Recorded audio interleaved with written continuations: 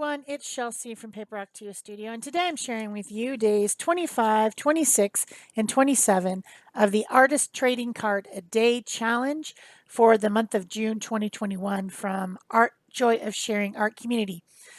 We are making artist trading cards, which are 3.5 by 2.5, one each day, but I'm kind of making them ahead of time or in clumps because I am traveling for much of the month of June.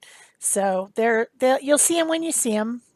I'm posting them every day on Instagram, and then I've got these videos coming out periodically with 3 or 4 in each video, and you can just look out for them. You can also search the hashtag ATCAD2021 to find everyone else's ATCs, and there are a lot of people participating in this challenge. It's a very popular one from Peg Robinson in my art community. They're posting them in the community, they're posting them in the files of the community, they're posting them on social media using the hashtag so you can find them. So for day 25, this one is a pretty quick one. A while ago, I did a swap where a lot of people participated, and what you were to do is to take tissue paper, just plain old tissue paper like you might use to wrap presents or whatever, plain white, and then stamp with whatever rubber stamps you own that you think are interesting with permanent ink, and I think it was like 25 images. And then you would mail them to your swap partner, and you would get 25 images of their stamps, and they got 25 of your stamps. A great way to collect a lot of different stamped images rather than buying all the stamps. Maybe you really love this stamp of a building in a city, but do you need to own it? I mean, how many times are you really going to stamp that? So it's always a fun swap, and I've done a couple of them, and I have a collection of stamped images on tissue paper that I can use in my art journals, on altered tags, artist trading cards, index card a day, any of these things. I can use these little stamped images simply by collaging them on with thin glue, and then it just looked as if I stamped it, right? It's a fun idea, and I do have a pretty interesting collection. So this was one of them. And I started out with a card that had some stenciling on it to begin with. It was like turquoise stenciling.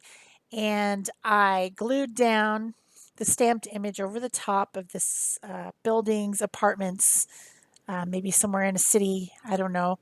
And then I'm using some brush pens, color brush pens. There's a lot of different brands of these. I think these are an off brand. In fact, I don't even know what brand they are, but they are a watercolor product that is in a brush pen. So there's a synthetic brush, and then there's, the watercolor ink, water soluble ink in the barrel, like a little for coloring and painting, but it's not a felt nib like a lot of the brushes have. It's got a little synthetic brush, very similar to what you get on a water tank brush. And I have a couple different sets from different brands. One of them is a Japanese colors one, that's got Japanese writing on it. And then this one is one that's just a different brand. Clean Color by Zig is one of the brands that a lot of people have on these. But they're just kind of fun to play with. I use different colors to just bring out this image, not completely covering it. Of course, these colors are watercolors, so they are translucent. So it just gives like a tint or a tone because that turquoise is coming through from the background through the tissue paper, which has been glued down and is now pretty much invisible. And then I just put, some yellows, some turquoise, some gray, some brown, some different colors on there to kind of highlight the building, but not completely paint over it, if that makes sense. And then I put another little stamped image up in the corner to make a moon. That's kind of a circular postage style one, and then a sticker, and I was done with that one. So that was for 25. This one is background just has rolled paint on it. It was a piece of black cardstock that I probably was gel printing, and I rolled out my brayer color onto it just to clean off my brayer, and this is what was left. It was interesting looking. And so I decided to do kind of a picture collage.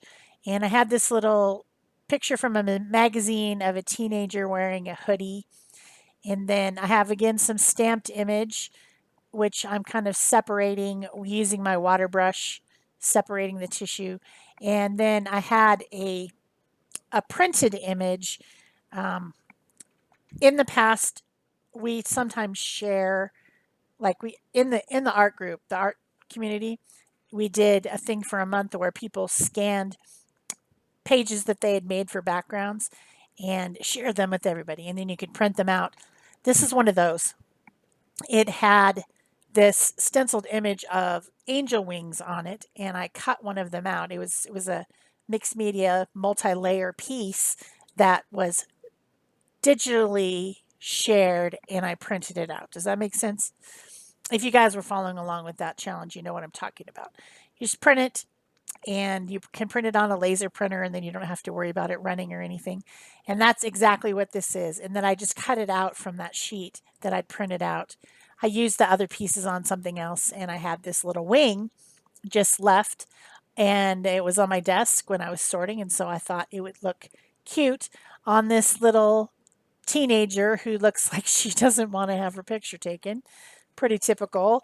She's just kind of like, leave me alone. But I thought it looked cool. So I glued that down. I glued all three pieces down. I um, used thin decoupage glue to glue the tissue, and then for the other two pieces, I used a Yoo-hoo glue stick to glue it down. And then I'm just taking my Posca pen, which is an acrylic paint pen, and going over some of the lines because I don't think they're dark enough. I want to really be able to see that word love that was on the stamped tissue paper. And then I want all the other text to kind of fade into the background. But the word love was what was important on that little stamped tissue paper that I had.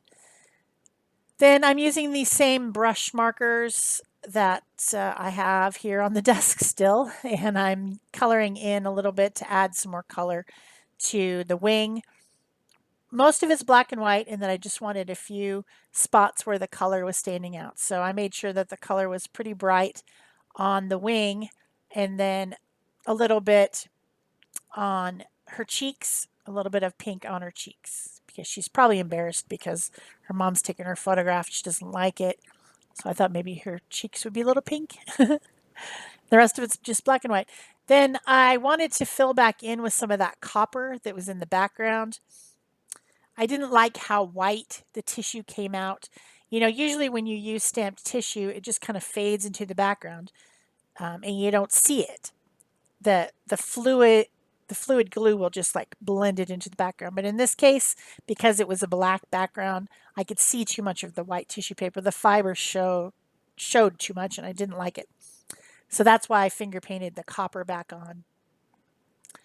And then I'm just using a white acrylic paint pen. This is an Arteza one to kind of add some highlights, and I think it's really cute. I darkened up an area with the black brush pen out of there.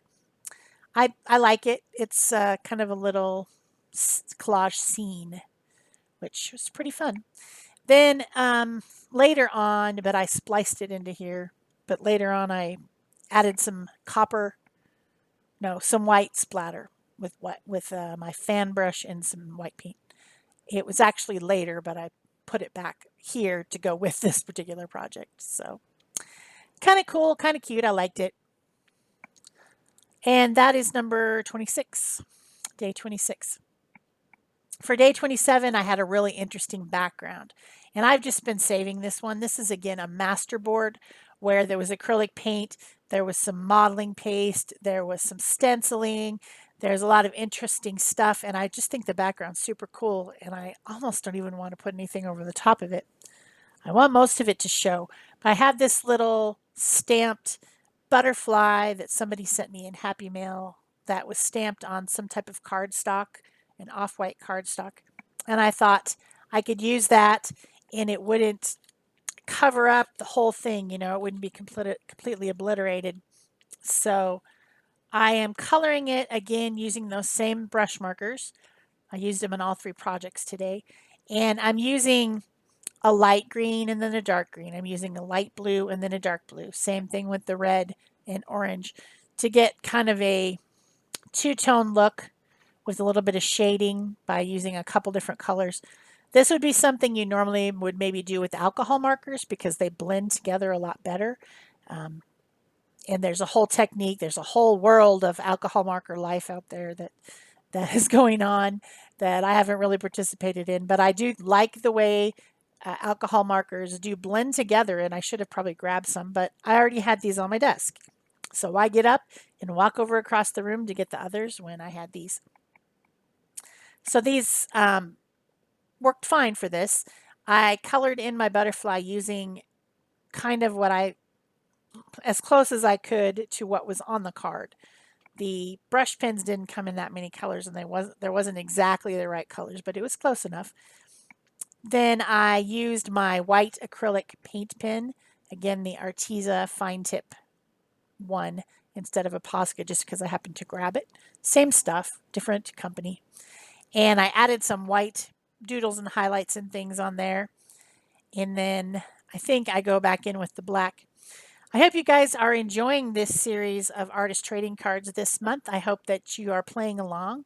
Still time. You can always go back and do them. And you can do daily art practice, whether it's artist trading cards, whether it's index cards, whether it's tags, whether it's bookmarks, but little things, little pretty things each day will really help um, boost your morale and your mental health if you're still, kind of stuck at home. Daily art practice, a good thing to do when you're stuck at home. So I hope you guys are playing along. If you like this video, please remember to give it a thumbs up and leave me a comment or question below. Subscribe if you haven't already, and turn on your notification bells if you haven't already. That lets you know when there's a new video. So all those things help my channel by helping the YouTube algorithm find me and recommend me to other people who might like similar things to you and I. So once I cut out this cardstock half butterfly, I'll use the other half on something else someday. I went around the edges with the black brush pen because this is cardstock. It's thick. So if you turn the card a certain way after it's glued on, you can still see the white around the edges. So I like to not have that. So I colored the edges of the card that would show if you turn, you would have to turn it up and like really, you'd have to really be looking at it to see that. But I'm just kind of a perfectionist that way, so I wanted to do that.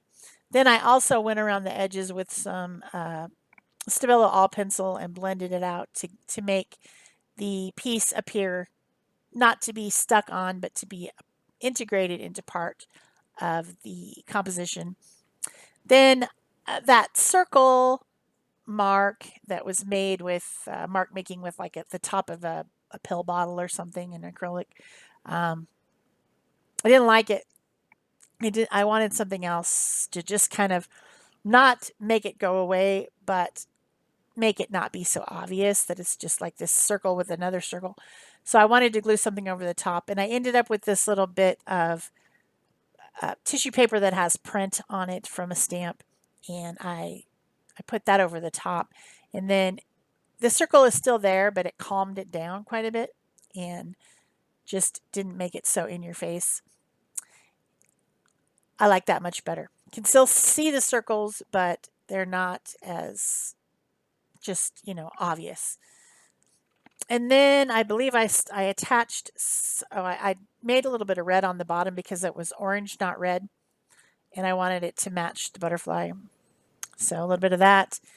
And I do think I put some words on here with some Tim Holtz Ranger stickers. I did. It's a sticker. I had to glue it.